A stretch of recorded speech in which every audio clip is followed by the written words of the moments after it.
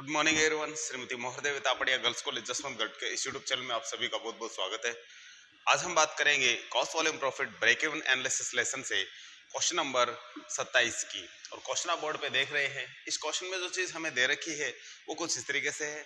सबसे पहले हमें दे रखा है टोटल कॉस्ट, यह है 60,000 रुपये में।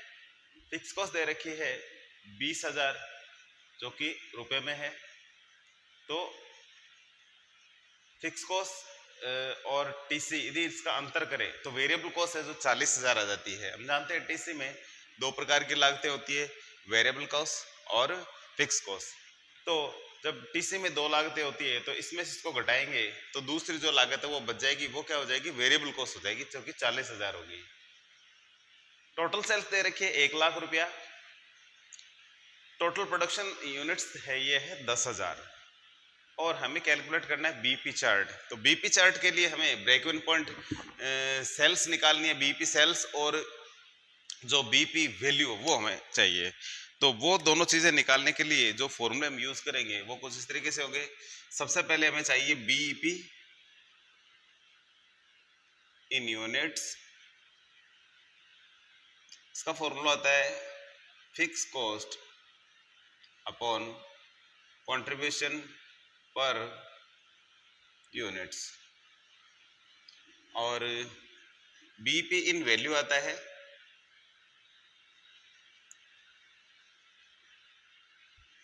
इसका फॉर्मूला होता है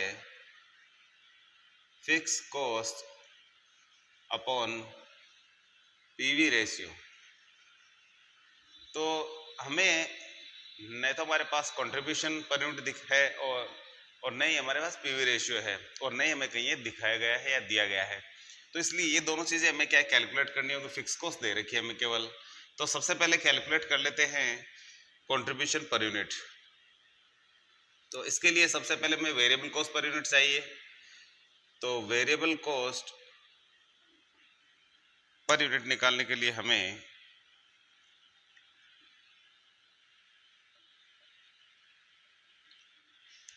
टोटल वेरिएबल कॉस्ट लेनी होगी। तो सबसे पहले वेरिएबल कॉस्ट निकाल लेते हैं। TC minus FC is equal VC. हम जानते हैं टीसी में दो प्रकार की लागतें होती है, एक तो होती है फिक्स और दूसरी होती है वेरिएबल। तो टीसी में से एक घटा देंगे तो दूसरी वाली है जो बच जाएगी। तो इस तरीके से हम टीसी जो कि हमारी 60,000 थी, इसमें से फिक्स कॉस्ट 20,000 घटा देते हैं तो हमारे पास बच जाएगी वेरिएबल कॉस्ट वीसी आ जाएगा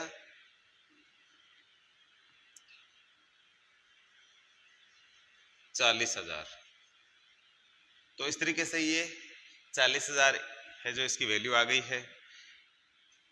अब वेरिएबल कॉस्ट पर यूनिट निकालना है हमें।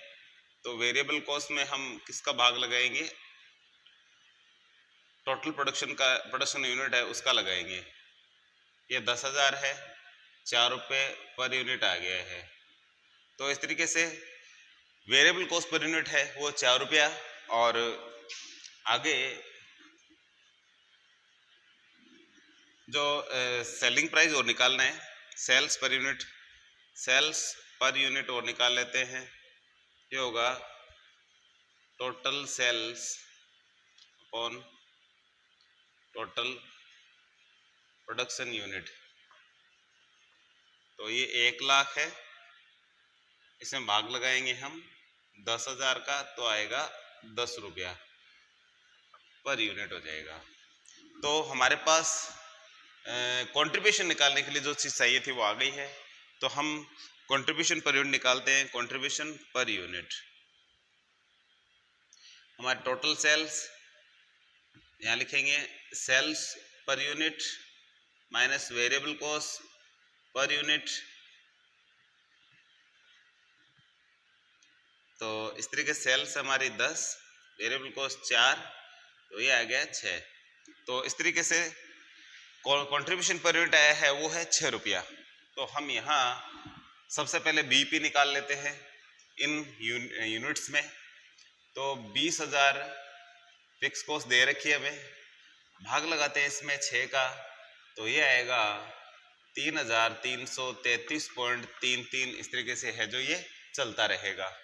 और हम इसको पॉइंटों को हटाते हुए और केवल इतना ही लेंगे ताकि हम जो डायग्राम बनाए उसमें थोड़ा इजी रहे। 3 3 3 3 और करके इसको 3,333 यूनिट्स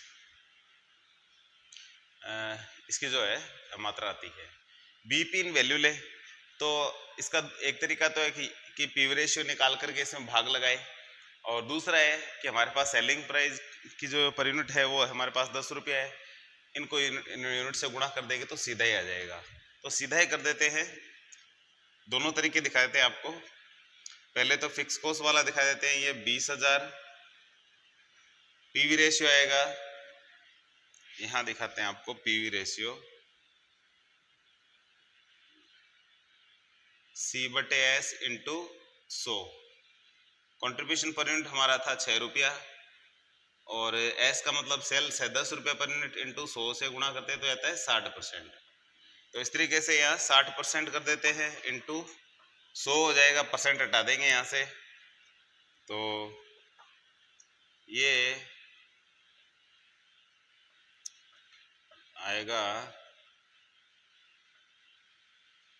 1,00,000/3 33,333.33 वही आती है राशि। और इसको पॉइंटों को हटाकर 33,333 ही कर लेते हैं। और हम सीधा तरीका जैसे हमने बताया कि आपको फॉर्मूले के द्वारा नहीं करके सीधे सेलिंग प्राइस से गुणा कर लेंगे इस यूनिट्स को तो भी इतना ही आएगा। ये selling price into BEP units, ये 333 इंटू 10 तो ये 33,333, ये इस तरीके से इन वैल्यू में आता है। तो हमारे पास दोनों राशियां उपलब्ध है, यूनिट्स 3,333 है और वैल्यू है 33,333 है। तो इस तरीके से अब हम आगे की प्रोसेस स्टार्ट करते हैं। तो आगे की प्रोसेस स्टार्ट करने के लिए जो हमें पूछा गया है कि हमें बीपी चार्ट बनाना है, तो इसके लिए हमें जो चीज़ ज़रूरत वाली थी हमने वो निकाल ली है। हमें बीपी इन यूनिट्स चाहिए था और बीपी इन वैल्यू भी हमने निकाल लिया है। तो सबसे पहले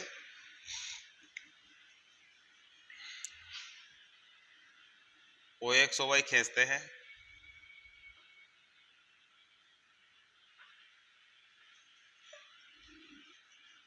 इधर इस साइड में लिखते हैं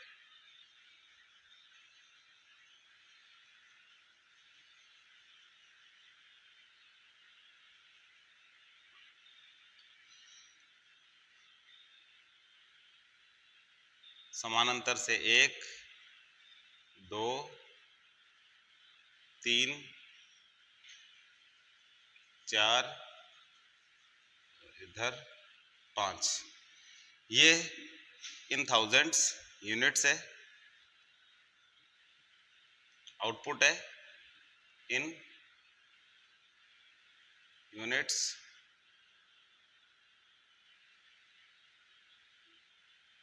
और ये है थाउजेंड्स हजारों में। और इधर भी इधर करेंगे कॉस्ट एंड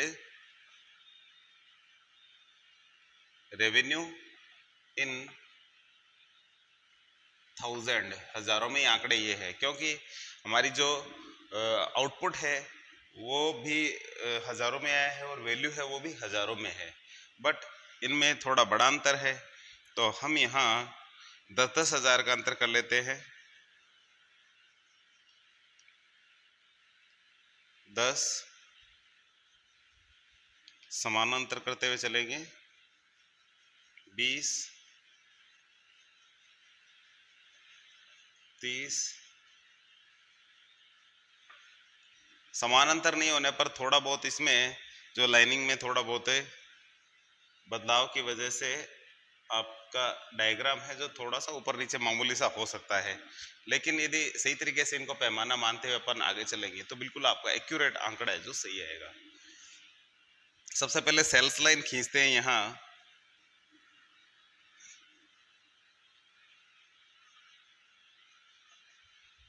ये सेल्स लाइन खींची है हमने, इसके बाद भी हमने खींचना है फिक्स कॉस्ट। ये 20,000 है, तो आप देख सकते हैं यहाँ 20,000 यहाँ है, ठीक है। ये क्योंकि हजारों में आंकड़े हैं तो कॉस्ट हम इधर ही दर्शा रहे हैं, तो ये आ गया 20,000। तो ये एरिया हो गया स्थिर लागत।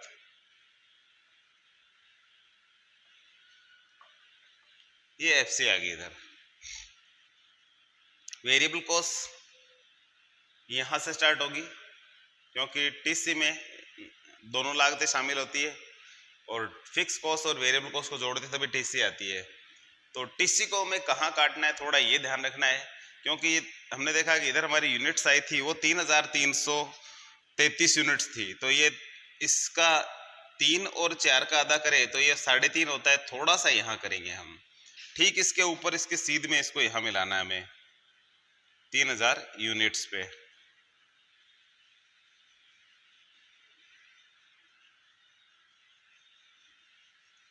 तो लगभग ये यहाँ आएगा, और ये लगभग यहाँ इसके सही जगह ही, इसका आधा भी क्या होता है 3.5 होगा, और ये 3.5 से थोड़ा सा कम आएगा हमारा, यानी 30,000, और ये आ जाएगा 35 हो जाएगा इसका आधा, तो हमारा 33, तो इससे थोड़ा सा नीचे आएगा, बिल्कुल एक्यूरेट। तो इस तरीके से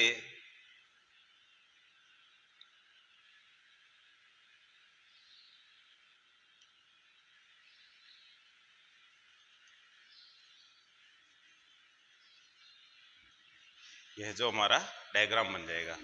तो ये हम पहले ही बना लेते हैं कि ये यहाँ 3,333 लगभग यहाँ आएगा, और 33,333 लगभग यहाँ आएगा। इसका हम नाम देते हैं बीपी।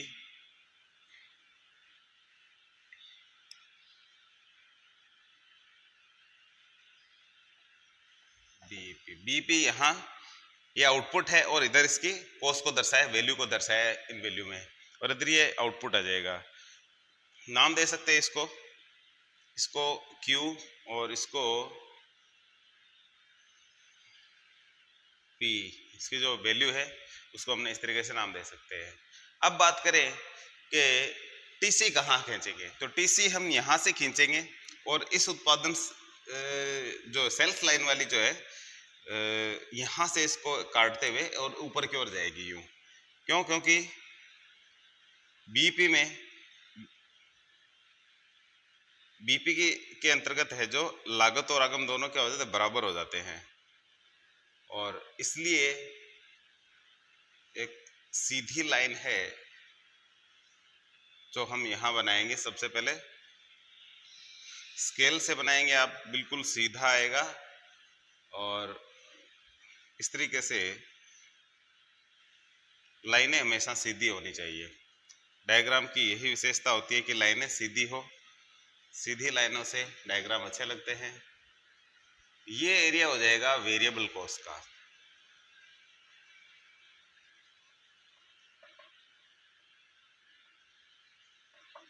और ये लागत और ये लागत जोड़ने के बाद में ये ऊपर लाइन है, ये टीसी की है। ये बीच वाला जो एरिया होता है ये प्रॉफिट का होता है, इसको हल्के हाथ से थोड़ा डिजाइनिंग कर सकते हैं हम। तो ये है पूरा क्षेत्र है जो प्रॉफिट का है, और ये जो पीछे वाला जो क्षेत्र है ये होता है लॉस का।